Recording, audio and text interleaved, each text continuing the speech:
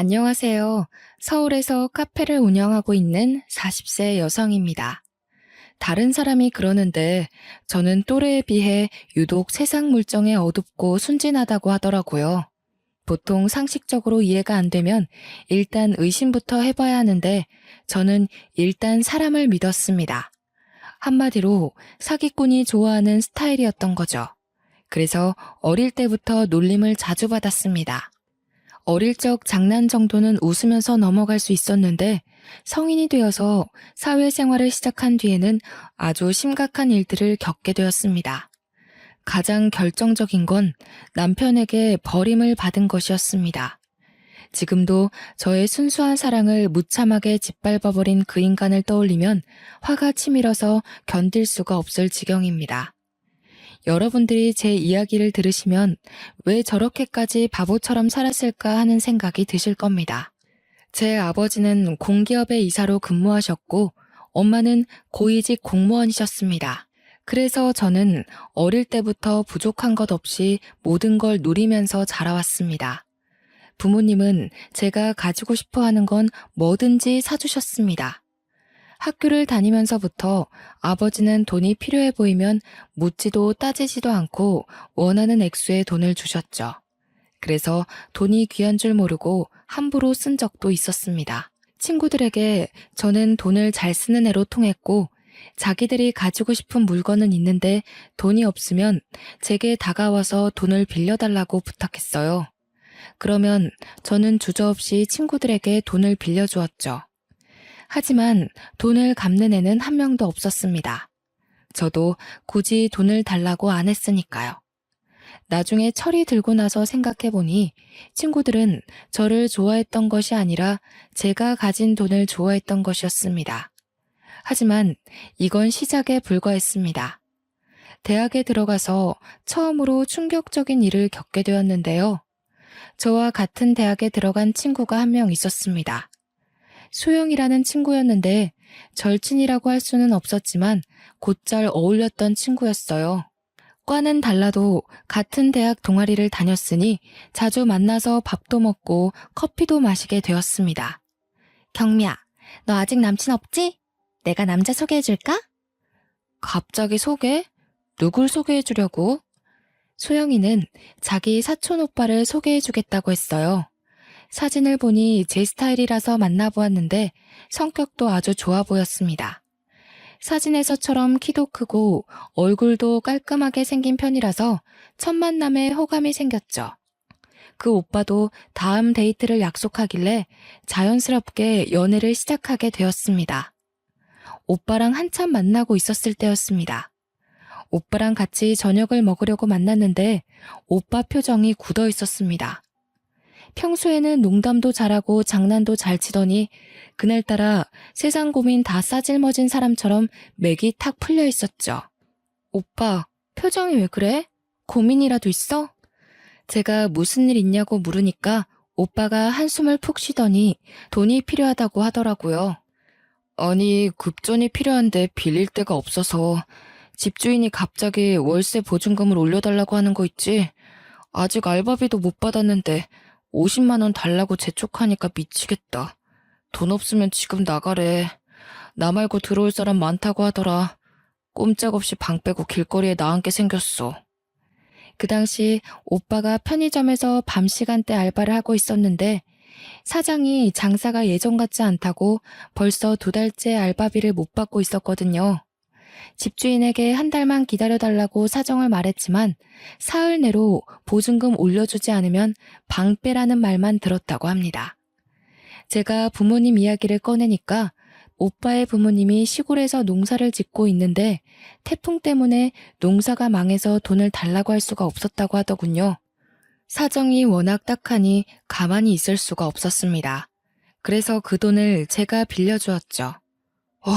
정말이야? 이 돈이 어디 나서 나 주는 거야? 경미야, 정말 고마워.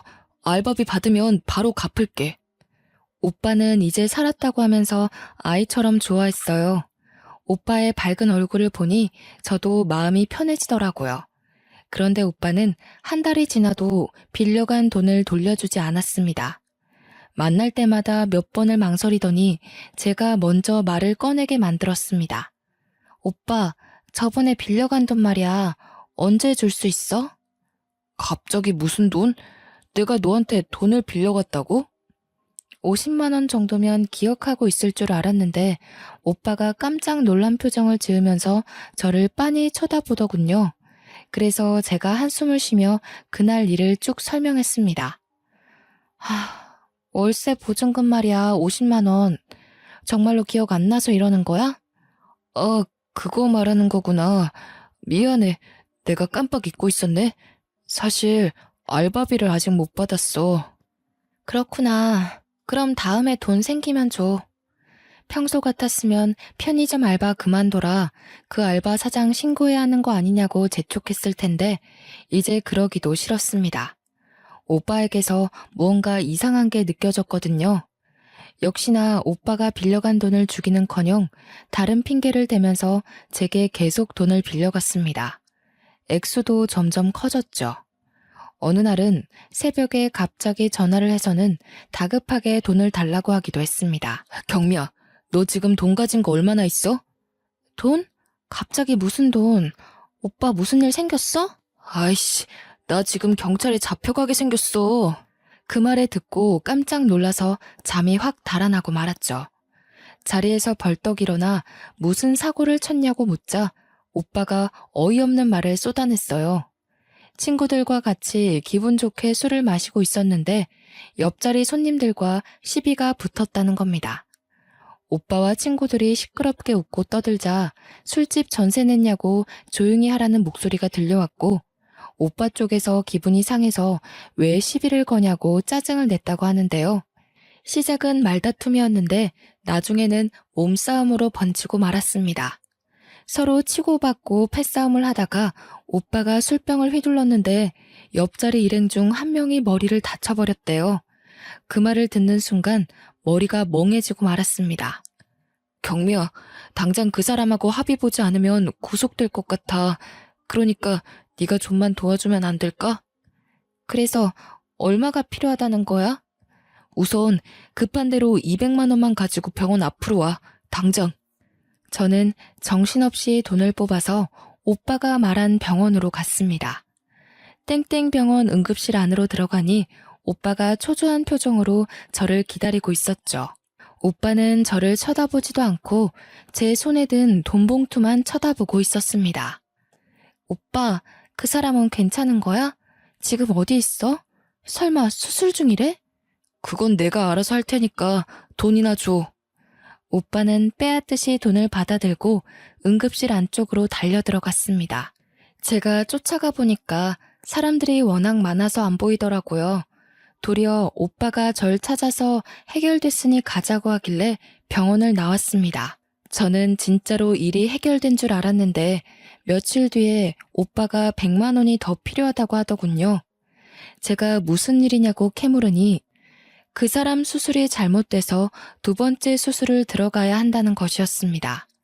저는 그 말을 듣고 두말 없이 돈을 주었는데요. 며칠 뒤에 만난 오빠는 제 덕분에 별 탈 없이 그 사람과 합의를 보고 잘 해결되었다고 했습니다. 그런데 얼마 후에 다른 선배 언니에게서 뜻밖의 말을 전해 들었습니다. 경미야, 너 시간 되면 나랑 커피나 한잔 하자. 언니가 갑자기 저를 카페로 데리고 간 다음에 뜬금없이 소영이 이야기를 꺼냈습니다. 경미야, 너 소영이한테 속고 있어. 내가 속고 있다니 그게 무슨 말이야? 내가 이럴 줄 알았다. 아직도 모르고 있었구나. 네가 만나고 있는 남자, 소영이 사촌 오빠가 아니라 애인이야. 소영이가 저한테 사촌 오빠라고 해놓고 자기 애인을 소개해줬다는 것이었습니다. 언니는 소영이와 친분이 있었습니다. 언니가 같은 과 후배인 소영이를 동아리에 데려왔고 제가 그 동아리에서 소영이와 친해졌으니까요. 어쩐지 얼마 전부터 소영이가 동아리만 오면 호구 같은 스폰서를 하나 물었다고 자랑을 해댔습니다. 수영이 너 다음 주에 남친이랑 제주도 여행 간다던데 진짜야? 얼마 전까지만 해도 돈 없다고 징징댔잖아. 알바라도 새로 구했어? 알바는 무슨 다 돈이 생겨서 가는 거지. 해외여행은 못 가도 제주도 가서 바닷가 바람은 한번 쐬고 와야지. 안 그래? 둘 다 알바도 안 하는 주제에 무슨 돈으로 제주도를 가? 부모님이 대주셔서 가는 거야? 동아리 애들이 묻자 수영이는 호구 하나 잘 물면 돈이 그냥 생기는데 힘들게 알바를 할 필요가 없다고 하더라고요. 내가 고등학교 때부터 빨대 꽂고 챙겨 먹던 애야. 가진 건 돈밖에 없는 바보 같은 년인데 너희들은 모르고 있어도 돼. 어차피 말해도 몰라. 저는 소영이가 이런 식으로 말하길래 그게 저라는 생각도 못했습니다. 이런 식으로 소영이는 대놓고 저를 등쳐먹으려고 애인하고 작당을 했던 겁니다. 오빠는 편의점 알바 같은 건 하지도 않았고 월세 보증금이나 패싸움 이야기는 새빨간 거짓말이었던 거죠.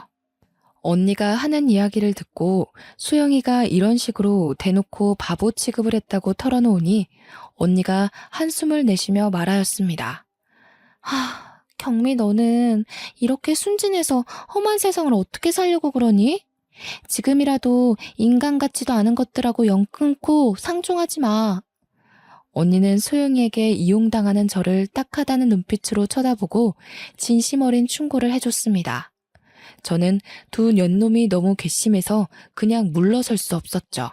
그래서 소영이를 불러서 하나하나 따져보았는데요. 너 내가 그렇게 만만해? 친구라서 믿었는데 사람을 이따위로 가지고 놀아도 되는 거야? 그동안 사기쳐서 나한테 뜯어간 돈 전부 다 가져와. 안 그러면 내가 가만두지 않을 거야? 뭐? 갑자기 왜 그래? 미안해, 경미야. 내가 생각이 너무 없었어. 오빠가 하자고 한 거야. 내가 하지 말라고 했는데 오빠가. 제가 태어나서 처음으로 도끼 눈을 뜨고 소영이에게 소리를 질러대니까 제 기세에 놀란 소영이가 미안하다고 사과하더라고요. 마음 같아서는 머리채라도 잡고 싶었지만 사람들이 싸우는 저희를 보고 몰려왔습니다. 그래서 일단 돈부터 돌려달라는 약속을 받아놨죠. 소영이는 돈을 돌려주겠다고 했지만 다음 날부터 제 연락을 아예 무시해버렸습니다. 연락이 안 되는 건 오빠도 마찬가지였어요. 학교에 나오지 않아서 수소문해보니 둘 다 휴학을 해버렸다고 하네요. 할 수 있는 휴학을 다 몰았으면서 졸업할 때까지 저를 피해 다니는 바람에 결국 돈 받는 건 포기하고 말았습니다. 졸업을 하고 직장을 다닐 때도 마찬가지였어요. 재수가 없는 건지 제 팔자가 그런 것인지 제 주변에 꼬인 인간들이 하나같이 저를 속이고 돈을 뜯어갔습니다. 그런 추잡한 인간들이 싫어서 5년 동안 직장을 7군데나 옮겨 다니게 되었네요. 하지만 마지막 직장에서도 적응하지 못하고 그만두니까 엄마가 제게 이렇게 말씀하셨습니다.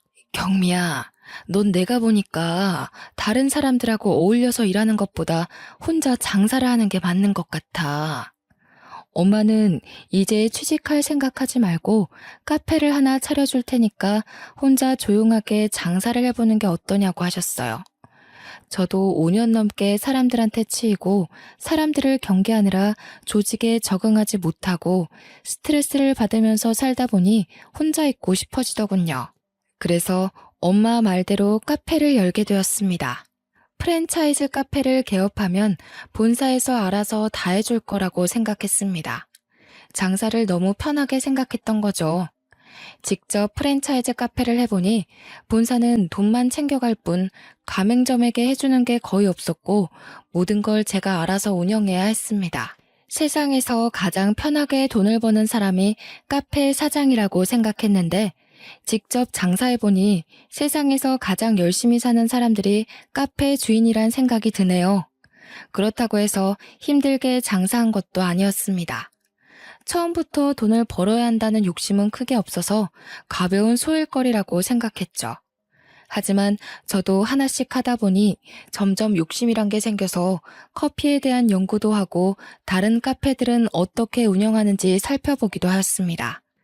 그렇게 부지런히 살다 보니 5년이란 시간이 지나갔고 30을 훌쩍 넘긴 나이가 되었습니다. 이제 카페는 자리를 잡았고 고정 고객들도 제법 생겼는데요. 그 중에서 눈에 띄는 남자 손님 한 명이 있었습니다. 6개월 전부터 혼자 카페에 들려서 아메리카노를 마시는 손님이었죠. 그 손님은 늘 구석자리에 앉아서 커피를 마셨습니다. 제가 연구한 커피가 맛있었는지 3개월 전 뒤부터는 거의 하루에 한 번은 꼭 들리더라고요. 손님이 별로 없어서 바쁘지 않을 때는 제가 그 손님의 말벗이 되어주기도 했습니다. 무슨 일을 하시냐고 물어봤더니 6개월 전부터 카페 맞은편에 있는 건물에서 사무실을 얻었다고 하더라고요. 사업을 하시냐고 물으니 그건 아니라고 하셨습니다. 아직 사업이라기보다는 프로그램을 의뢰받아서 개발하고 있어요. 땡땡 회사에서 컴퓨터 프로그래머로 일을 하다가 혼자 독립을 했다고 하더군요. 스티브 잡스나 빌 게이츠를 능가하는 개발자가 되고 싶어서 사표를 냈다고 하길래 단골 손님이 남달라 보였습니다. 제가 멋있다고 하니까 쑥스러웠는지 손님이 겸손하게 둘러대더라고요. 그동안 돈은 많이 못 벌겠지만 저는 돈보다는 실력으로 최고의 자리에 오르고 싶어요. 도전 정신만 좋아서 매력 있는 것이 아니었습니다. 대화를 나눌수록 참 순수하고 때가 묻지 않은 사람이라는 걸 느꼈거든요. 처음에는 커피 한 잔에 여유를 즐기면서 머리를 식힌 다음에 사무실로 가는 것 같더니 시간이 지나면서 저와 대화를 하기 위해 일부러 시간을 내서 카페에 오는 것 같았습니다. 제가 가장 한가한 시간에 맞춰서 오는 게 보여서 저도 가슴 설렜죠. 그러다 한 번씩 그 사람이 오지 않으면 혹시 무슨 일이라도 생긴 건 아닌지 걱정하기도 했습니다. 그 사람이 일주일 동안 카페에 오지 않은 적도 있었습니다. 일주일 내내 이상하게 마음이 불안해지고 일이 손에 잡히지 않더군요. 일주일 후에 그 사람이 카페에 나타나자 비로소 마음이 놓였습니다. 저도 모르게 단골 손님을 반기며 그동안 어떻게 지냈는지 물었는데요. 그동안 무슨 일 있으셨어요? 왜 이렇게 안 오셨어요? 아, 지방에 있는 업체에서 보안 프로그램을 교체해달라는 의뢰가 들어와서 출장을 다녀왔어요. 그랬구나.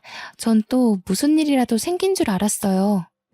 단골 손님이 걱정하게 해서 미안하다고 하면서 앞으로 무슨 일이 있으면 미리 말하겠다고 하더라고요. 그렇게 개인적으로 연락을 주고받으면서 사이가 더 가까워졌고 몇 달 뒤에는 빨간 장미꽃까지 받게 되었습니다. 저랑 결혼하고 싶다고 진지하게 만나보자는 고백을 해서 깜짝 놀랐어요. 내가 고백만 안 했지 우리 만난 지 2년이 넘었잖아요.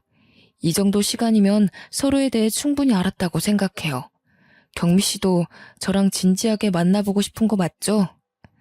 정말 서투른 사랑 고백이었지만 저를 감동시키기에는 충분했습니다. 저희가 만난 세월도 있으니 얼마 지나지 않아 시댁과 저희 친가를 오가며 결혼을 허락받으러 가기도 했죠. 저는 35이라는 다소 늦은 나이에 상견례 자리를 가지게 되었습니다.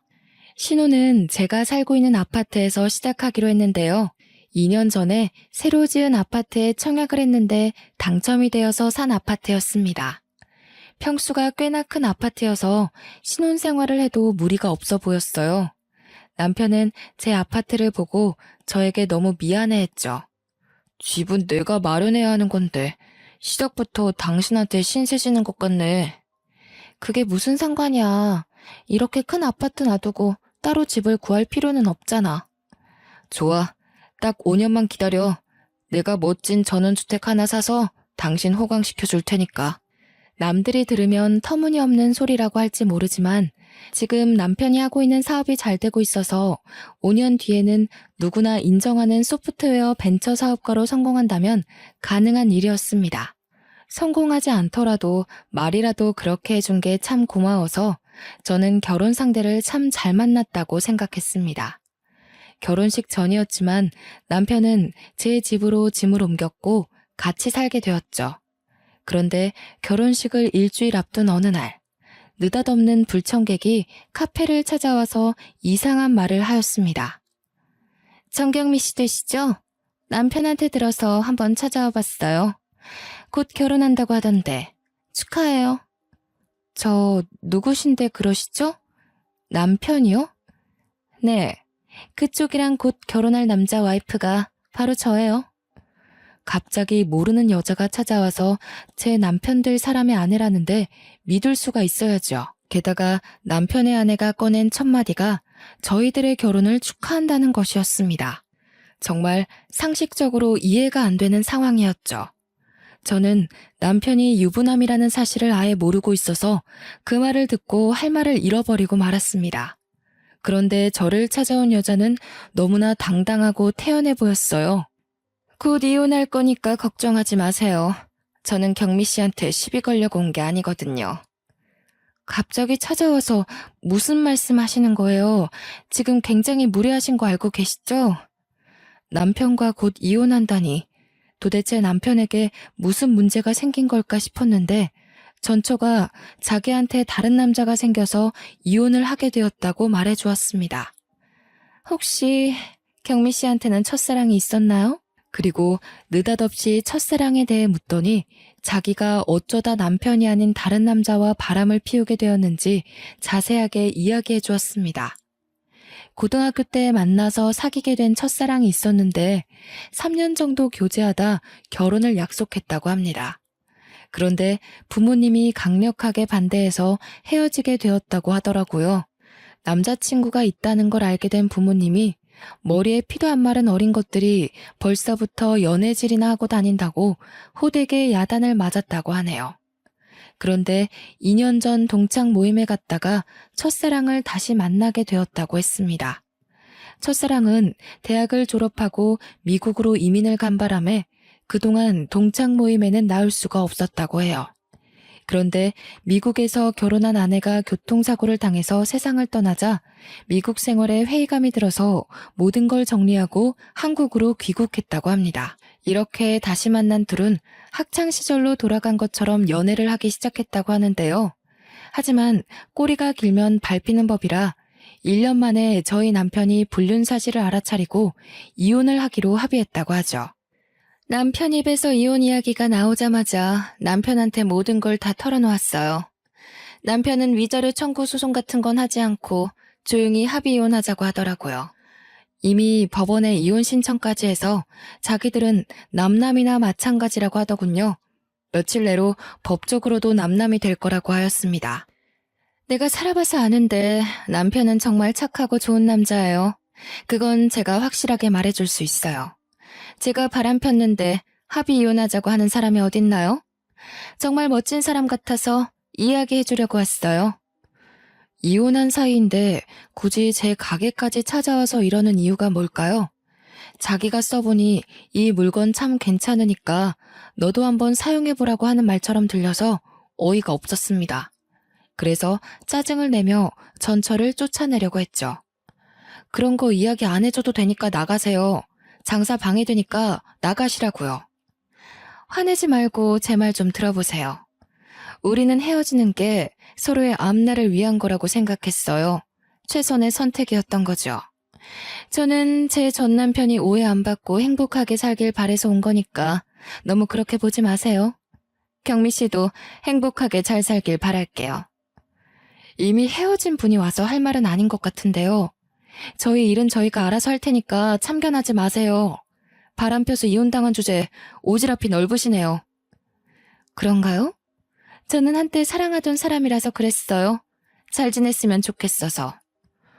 우습게도 그 여자는 떠나는 순간마저 제 결혼식에 못 갈 것 같으니 이해해달라는 말까지 남기고 떠났습니다. 기분이 정말 나빴죠. 그래서 저는 바로 가게 문을 닫고 남편이 올 때까지 기다렸습니다. 그리고 퇴근하고 돌아온 남편에게 왜 결혼한 사실을 숨겼냐고 물었죠. 남편은 카페에 아내가 찾아왔다는 사실을 듣고 놀라더니 자초지종을 설명해 주었습니다. 남편의 전 와이프가 말한 거랑 똑같이 말하더군요. 전 와이프가 1년 전부터 첫사랑과 바람을 피워서 이혼한 거라고 했습니다. 나도 고민 많이 했어. 그런데 차마 내가 유부남이라는 사실을 말할 수 없겠더라고. 속이려고 했던 건 아닌데 미안해. 아무리 그래도 그렇지. 나한테 고백했을 때 다 말해줘야 하는 거 아니야? 말하고 싶었는데 당신이 떠나버릴까봐 너무 무서웠어. 이게 다 당신을 너무 좋아해서 그런 건데 한 번만 이해해주면 안 될까? 남편은 이혼 절차가 마무리된 다음에 말하려고 했는데 생각보다 과정이 복잡해져서 고백할 타이밍을 미루게 된 거라고 하더군요. 황당하긴 했지만 이제 와서 재혼이란 걸 빌미로 파혼할 생각은 없었습니다. 어차피 저희 남편은 일주일 뒤에 전처와의 모든 관계가 정리될 테니까요. 이제는 모든 걸 잊고 새롭게 시작하면 된다고 생각했습니다. 차마 친정에는 말하지 못하고 결혼식을 올리게 되었는데요. 저희 부모님을 속여서 벌을 받는 걸까요? 갑자기 남편의 사업에 문제가 생기고 말았습니다. 남편이 사기를 당해서 큰 돈을 잃고 말았죠. 남편에게 연락을 한 업체는 누구나 이름만 대면 아는 대기업 연구소에 납품할 프로그램을 하청받아서 개발하고 있다는 땡땡 업체였습니다. 공동으로 자금을 투자받아서 개발할 파트너 업체를 찾고 있다면서 같이 프로젝트를 하자고 제안하더라고요. 프로젝트만 마무리되면 20억을 주겠다고 해서 남편이 바로 오케이 했습니다. 그런데 문제는 개발하는 동안 들어가는 경비였어요. 땡땡 업체 쪽에서 1억이라는 진행비를 부담하라고 해서 남편은 대출까지 받아가며 그 돈을 송금해 주었습니다. 그것들이 사기꾼인 줄도 모르고 남편이 한순간에 1억이라는 빚을 내버린 거죠. 이렇게 돼서 1억이라는 빚이 생겼어. 어떡해 여보? 당장 대출금의 이자까지 독박 쓰게 생겼어. 뭐? 1억이라고? 그놈들이 1억이나 사기친 거야? 왜 나한테 말 안 했어? 미리 상의했으면 이런 일 없었잖아. 미안해. 급한 사업이라고 해서 상의할 시간이 없었어. 지금 당장 진행하지 않으면 늦는다고 하길래 나도 모르게. 남편이 풀이 죽어서 저한테 사기당한 사실을 실토하는데 억장이 무너질 뻔하였습니다. 당장 사무실 문을 닫아야 하는 상황이라고 하니 1억을 구해줄 수밖에 없었는데요. 그 뒤에도 남편은 다른 사업을 한다는 핑계를 대면서 생활비를 주지 않았습니다. 제가 물을 때마다 하고 있는 사업에 생각보다 돈이 많이 들어가서 여유가 없다고 하더군요. 저는 당연히 저희 남편이 하는 말이니 믿고 기다렸습니다. 카페에서 나오는 수입만으로 충분히 생활이 되고 있었거든요. 그렇게 1년이 지나자 남편이 저한테 생활비를 주는 게 아니라 오히려 돈을 달라고 하였습니다. 납품 대금을 못 받았는데 직원들 월급을 줘야 한다는 핑계를 대거나 정부기관에서 발주한 용역 사업에 참가하려고 하는데 선납금이 필요하다는 이유를 댔었는데요. 적게는 몇백만 원에서 많게는 1,000만 원까지 제 지갑을 털어갔습니다. 어찌나 돈을 많이 가져가던지 밑 빠진 독에 물을 붓는 심정이었지만 남편의 사업이 하루빨리 자리 잡기만을 바라고 있었죠. 그런데 남편의 사무실에 간 저는 어디선가 본 것 같은 얼굴을 보게 되었습니다. 사무실에서 나와서 계단으로 내려가 버린 여자는 아무리 생각해봐도 소영이었습니다. 소영이가 남편 사무실에 올 이유가 없을 텐데 잘못 본 거라고 생각했죠. 요즘 따라 남편이 돈을 달라는 횟수도 늘어나고 집에도 잘 안 들어와서 아무래도 확인을 해봐야겠다는 생각이 들었습니다. 그래서 남편이 출장 가서 없을 때 사무실에 가서 CCTV에 녹화된 영상을 확인해 봤습니다. CCTV 속 여자의 얼굴 몇 번을 돌려봐도 소영이더군요. 그날만 남편 사무실을 찾아온 것이 아니었습니다. 남편의 사무실에 자주 들렸다는 사실을 안 순간 저는 대학 시절에 소영이에게 당했던 기억을 떠올릴 수밖에 없었습니다. 더 기가 막힌 사실은 소영이뿐만 아니라 전처도 남편의 사무실에 자주 찾아왔다는 것입니다. 셋이서 무언가 밀담을 나누고 의논하는 모습이 회의실 CCTV에 찍혀 있었는데요. 회의만 한 것이 아니라 남편과 전처가 서로를 끌어안기도 하고 부부 사이처럼 보이는 행동을 여러 번 하기도 하였습니다. 그 모습을 보자 저는 남편과 전처에게 완전히 속았다는 생각이 들었죠. 남편이 처음부터 저를 속이고 있었던 것 같았습니다. 남편과 전처 그리고 소영이가 어떤 관계인지 알아내야만 했습니다. 그래서 도청기를 구해 남편 사무실에 몰래 설치해놨습니다. 일주일 정도 기다리고 있다가 남편이 잠든 새벽 시간대에 몰래 사무실로 가 도청 녹음본을 확인했는데요. 도청기에는 여러분이 상상할 수 없는 충격적인 대화가 녹음되어 있었습니다. 언니, 내 말이 맞지? 그녀는 사기 쳐먹기 딱 좋은 년이야. 그래, 이 덕분에 우리 형편이 좋아졌어. 이 은혜 잊지 않을게. 우리 여보 말이 맞아. 정말 처제 아니었으면 나는 빚쟁이들한테 맞아 죽었을 거야. 내가 뭐라 했어. 내 말만 들으면 팔자 필 거라고 했잖아. 경미 걔는 대학 다닐 때부터 멍청하던데 아직도 사람을 쉽게 믿더라. 자기한테 좀만 잘해주고 간이고 쓸개고 다 내주려고 그래. 빚도 다 해결됐으니까 이번에는 내 목도 챙겨주는 거지? 나한테는 얼마나 줄 거야? 당연하지. 우리 처제 얼마나 필요해? 달라는 대로 다 줄게. 녹음본을 아무리 다시 들어봐도 남편이 제 돈을 노리고 의도적으로 접근한 거였습니다. 전처와 이혼을 하기는 했지만 사실 위장 이혼이었고 실제로는 같이 동거를 하고 있었던 거죠. 게다가 저희 남편이 소영이를 처제라고 부르다니 저는 소영이가 전처의 여동생인 줄도 모르고 있었습니다. 사업을 하다가 크게 망해버린 남편은 빚쟁이들을 피해서 도망치듯이 카페 맞은편 건물에 사무실을 얻어서 숨어서 지내고 있었다고 합니다. 형부를 찾아왔던 소영이가 우연히 제 카페를 알아보고 저를 이용할 계획을 세웠던 겁니다. 그렇게 제 돈으로 빚을 갚고 생활비로 쓰고 있었다는 사실을 알아내고 저는 기생충 같은 인간들 때문에 피눈물을 흘리고 말았습니다. 게다가 여기서 저를 더 속이고 도망갈 생각을 하고 있더군요. 그년이 아무리 눈치가 없다고 해도 여기서 시간 더 끌면 의심할 게 뻔해. 마지막으로 크게 한탕하고 해외로 튀어버리자. 해외? 저번에 말한 하와이 말하는 거야? 아니면 필리핀? 우리 아예 이민 가버려서 돈 걱정 없이 좀 살아보자. 그래, 돈만 많은 그년 도움 좀 받으면 필리핀 같은 데 가서 편하게 살 수 있을 거야. 이번에 지긋지긋한 한국 땅 떠나버리게.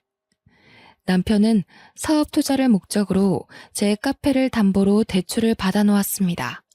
그걸 가지고 양반 도주를 할 어처구니 없는 계획을 이야기하고 있었죠.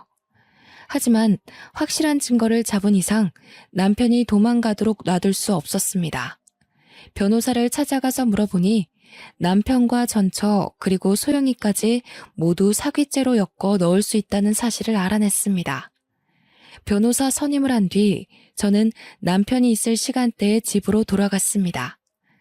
집에 들어가자마자 남편을 붙잡고 녹음한 파일을 들려주었는데요. 그러자 그 인간이 소영이가 꾸민 짓이라며 자기는 시키는 대로 한 것뿐이라고 발뺌을 하였습니다. 나는 아무 잘못 없어. 처제가 이렇게 하면 다 해결될 거라고 협박했다고. 돈 안 받아오면 이혼당하고 길바닥에 나앉을 거라고 하는데 어떡해. 나도 방법이 없었어. 이제 와서 오리발 내민다고? 나는 너 때문에 2년 넘게 돈까지 뺏겼어. 내 인생이 망가졌다고. 억울하고 분해서 끝장을 봐야 되겠어. 그러니까 각오 단단히 하고 있어. 여보, 이러지 말고 우리 대화로 해결하자. 어? 우리 사랑하는 사이잖아. 그동안 만난 세월을 생각해. 내가 진짜로 당신 이용해 먹는 사람 같아? 나도 피해자라고. 나도 너무 무서웠어. 당신한테 말하고 싶었는데 당신도 협박받을까 봐. 뭐? 피해자? 내가 그 말에 속아 넘어갈 것 같아? 당장 꺼져. 내가 당신이랑 대화할 것 같아?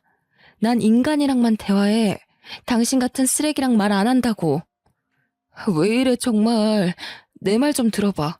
당신은 나한테 질렸을지 몰라도 내가 당신 사랑한다고. 난 당신 없이 못 살아.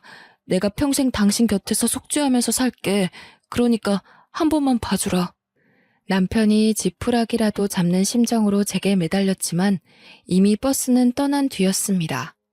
제가 남편 뺨을 확 때려버리니까 때려도 좋으니까 제발 봐달라고 비굴하게 굴더군요. 결국 경찰을 부른다고 말하니까 남편이 꽁무니 빼고 도망가 버렸습니다. 남편에게 이혼소송과 위자료 청구를 했고 소영이와 전처를 사기죄로 고발해버렸죠.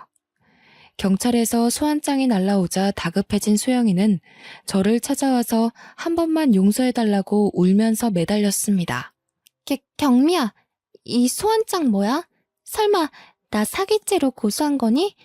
도대체 왜 그래? 우린 친구잖아. 내가 잘못했어. 사정이 너무 급하다 보니 그런 짓을 하고 말았어. 예정을 생각해서라도 한 번만 살려주라. 우리한테 정이란 게 있긴 하니? 넌 지금도 나를 바보 같은 호구로 생각하고 있잖아. 내가 용서해주면 나중에 또 이용해 먹으려고?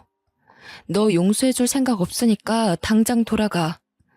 경미야, 미안해. 내가 무릎 꿇을게. 이렇게 꿇고 빌 테니까 제발 봐주라. 내가 한 번도 이런 적 없잖아. 이번엔 진짜 뉘우치고 있다니까. 연기하는 거 아니야. 다 울고 있는 거 보여? 이번만 봐주면 네 눈에 띄는 일 없도록 할게. 내가 믿을 것 같아? 너 딱 봐도 가짜로 울고 있는 거잖아. 눈물로 다 해결되는 거면 법은 왜 있는 거겠니?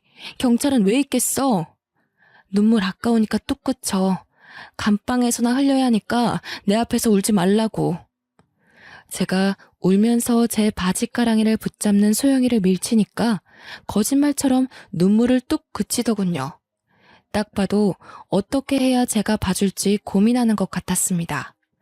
그 뒤로 소영이가 제 카페에 찾아와서 어떻게든 합의를 하자고 사정했지만 저는 돈보다는 고등학교 때부터 저를 괴롭힌 악독한 년에게 본보기를 보여줘야만 했습니다. 세상에는 지켜야 할 법이라는 걸 있다는 걸 알려줘야 했죠. 경찰 조사를 받은 날 저는 소영이와 남편 그리고 남편의 전처와는 합의할 생각이 전혀 없다고 말하였습니다.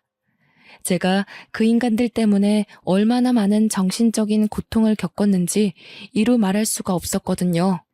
경제적인 피해 사실까지 상세하게 말하면서 반드시 처벌해달라고 간곡하게 호소했습니다. 수영이와 전처는 구속되었지만 남편은 종범이라는 이유로 불구속 상태에서 조사를 받게 되었는데요. 하지만 남편은 제게 그나마 숨겨놓은 재산을 탈탈 털어서 위자료를 줘야 했습니다. 그야말로 알거지 꼴이 된 전 남편은 잠을 잘 방 한 칸조차 없는 산새가 되어버렸어요. 모두 자업자득이니 길거리에서 노숙을 하든 구걸을 하든 간에 자기 잘못을 뼈저리게 느껴야 한다고 생각합니다. 소영이와 전처의 재판 결과도 의도적인 사기죄로 인정되었고 죄질이 아주 불량하다는 이유만으로 초범이었지만 실형이 선고되었습니다. 지금은 교도소에서 국가가 제공하는 무료 식사를 하면서 자신의 잘못을 뉘우치고 있는 중이겠죠. 사람이 살다 보면 정말 다양한 부류의 인간들을 만나게 되는 것 같습니다. 그 중에는 자기 인생에 도움이 되는 사람도 있겠지만 소영이처럼 만나지 말았어야 하는 악질적인 인간들도 있겠죠. 자기를 위해서 다른 사람의 인생 같은 건 어떻게 되든 상관없다는 생각으로 사는 것들을 우리는 쓰레기라고 부릅니다. 여러분들은 주위에 이런 쓰레기 같은 인간들이 없는지 자세히 살펴보시길 바랍니다. 만약 그런 인간들이 있다면 주저없이 관계를 끊어버리라고 말씀드리고 싶네요. 사연을 읽어주신 분들에게 하는 조언이니 부디 주변을 둘러보시길 바래요.